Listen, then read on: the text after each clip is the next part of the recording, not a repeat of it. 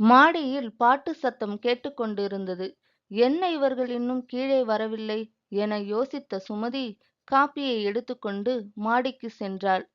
சுமதியின் ஒரே மகன் விஜய்க்கு திருமணமாகி 20 நாட்கள்தான் ஆகிறது. சுமதி மருமகள் தீபாவை பாசத்துடன் கவனித்துக் கொண்டாள்.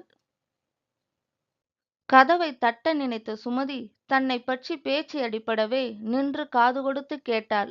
இதோ பாருங்க, ஆபீஸுக்கும் போயிட்டு சமைச்சு வச்சுட்டு போனா உங்க அம்மா இருக்காளே கிழவி, நேத்து சாம்பார்ல உப்பு இல்ல காரம் இல்லன்னுது.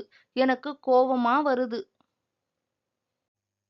என்னை குறை சொல்லாம அனுசரிச்சு போனா இங்கே இருப்பேன், இல்லைன்னா தனி குடித்தனம்தான்.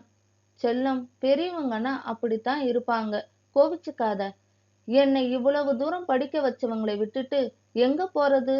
உனக்குத்தான் நான் இருக்கேனே டியர், கொஞ்சினான் விஜய். ஆமா, கொஞ்சல் எல்லாம் வேணாம். உங்க அப்பா உங்க பாட்டியை கிராமத்திலே விடலை, நாம மட்டும் என்ன ஃப்ரீயா இருக்க கூடாதா? மேற்கொண்டு கேட்க பிடிக்காமல் சுமதி கீழே இறங்கி விட்டாள். அன்று இரவு சுமதிக்கு தூக்கமே வரவில்லை.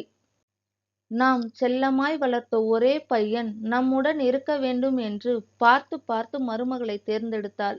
வந்து 1 மாதம் கூட ஆகவில்லை. கிழவி என்று ஓரம் கட்ட நினைக்கிறாளே அவள். என்ன சுமதி, தூக்கம் வரலையா? பரிதாபமாய் கேட்டார் அவளது கணவர் சீனிவாசன். பதில் பேசாமல் திரும்பி படுத்து கொண்டாள். காலையில் சீனிவாசனுக்கு டிஃபன் எடுத்து வைத்த சுமதி, என்னங்க, நீங்க குளிச்சுட்டு இருந்தப்ப அத்தை போன் பண்ணியிருந்தாங்க. 4 நாளா ஆஸ்துமா அதிகமாயிடுச்சாம். வேலைக்காரி வேற வரலையாம். பாவம், நாம போய் அத்தையை கூட்டிட்டு வந்துடலாமா என்றவளை ஆச்சரியமாய் பார்த்தார் சீனிவாசன். சுமதியா இது? 2 மாதங்களுக்கு முன்வரை அம்மாவிடமிருந்து போன் வந்தால் கத்துவாள். சும்மா உங்க புள்ளைய சென்னைக்கும் கிராமத்துக்கும் அலைய விடாதீங்க.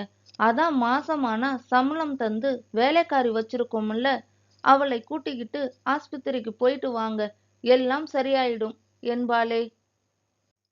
இந்த வெறுப்பை தாங்க முடியாமல் தானே அம்மா கிராமத்திற்கே போய்விட்டாள். இப்பவாவது அம்மாவை அழைக்க புத்தி வந்ததே என்று நினைத்த சீனிவாசன் மனதிற்குள் தீபாவிற்கு நன்றி கூறினார். மாமா, அத்தை எனக்கு நல்ல மாமியாரா பாசத்தை பொழியறாங்க. அவங்கள போய் நான் எப்படி திட்டுவது?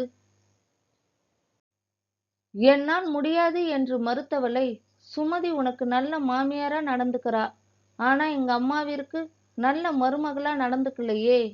அம்மாவோட இந்த தள்ளாத வயசுல கூட நான் அவங்களை கவனிச்சுக்கலன்னா வேற பாவமே வேண்டாமா என கெஞ்சியதால் அல்லவா தீபா அப்படி நடித்தாள்.